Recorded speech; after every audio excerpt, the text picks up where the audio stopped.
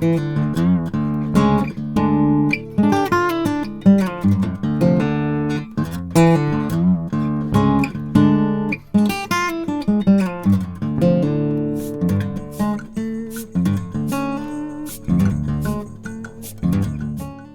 is color so important to us, to art and design, and when we communicate with each other?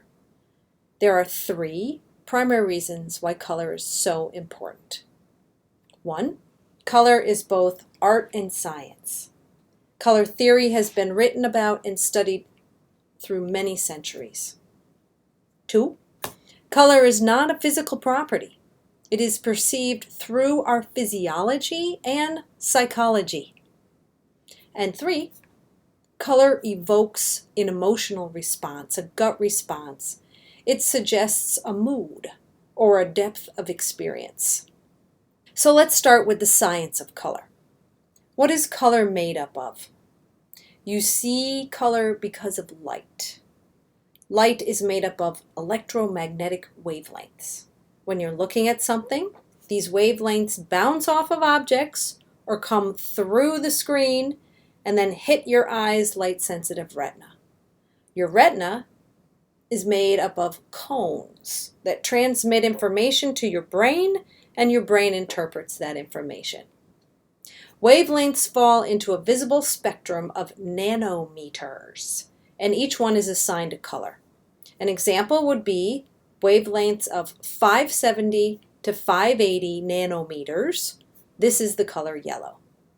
We all have favorite colors. Mine are yellow and orange. Colors make us feel a certain way. This could be associated with a sense of place or a memory. But more importantly, we are all affected by color, especially color in context. If you walked into a small room and it was painted fire engine red, that might make you feel a little anxious.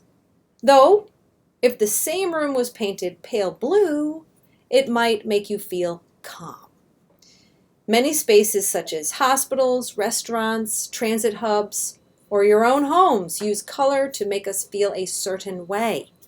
FYI, blue is the universal favorite color around the world. Designers and artists have to deal with two kinds of color, subtractive and additive. Subtractive color is the term you use when talking about wavelengths you see reflected off of objects. Magenta, cyan, and yellow, when mixed, all make colors. When they're all mixed together, they make kind of a form of black. The term CMYK for cyan, magenta, yellow, and black is commonly used when designing for color printing. And overall, subtractive color doesn't seem as hot as the color you might see on the screen. Additive color is the term used to talk about color in reference to direct light, the hot color you see on the screen. Red, green, and blue, when mixed, make all colors in the screen environment. When all three are mixed together, they make white light. When designing for the screen, you must use additive color and the term RGB. There are many different ways to talk about color, and there's different color systems. You can talk about color modes, RGB, CMYK. I brought those up before. Web and mobile designers use hexadecimal code, or hex code for short. There is the Global Pantone Matching System, referred to as PMS color. The Munsell color theory system, that describes color numerically in three categories: hue, value, and chroma. Hue is the name of a color in its pure state. Value is the relative lightness or darkness of a hue. Adding white to a hue makes tints. Adding black to the hue makes shades. When someone uses the term normal hue, this just means that it's the hue in its pure state, pure color. Chroma is the brightness or dullness of a hue. Full intensity hues have no gray added. Low intensity have gray added. Another term for low intensity is tone. You can talk about color relationships on the color wheel, such as primary, secondary, analogous, complementary, and split complementary. Primary, I'm sure you've heard of. It's red, blue, and yellow. Secondary colors are orange, green, and purple. Complementary color schemes are colors opposite each other on the color wheel. Analogous colors are next to each other on the color wheel. And split complementary or split comps are colors opposite on either side of the complementary colors, if you got that one.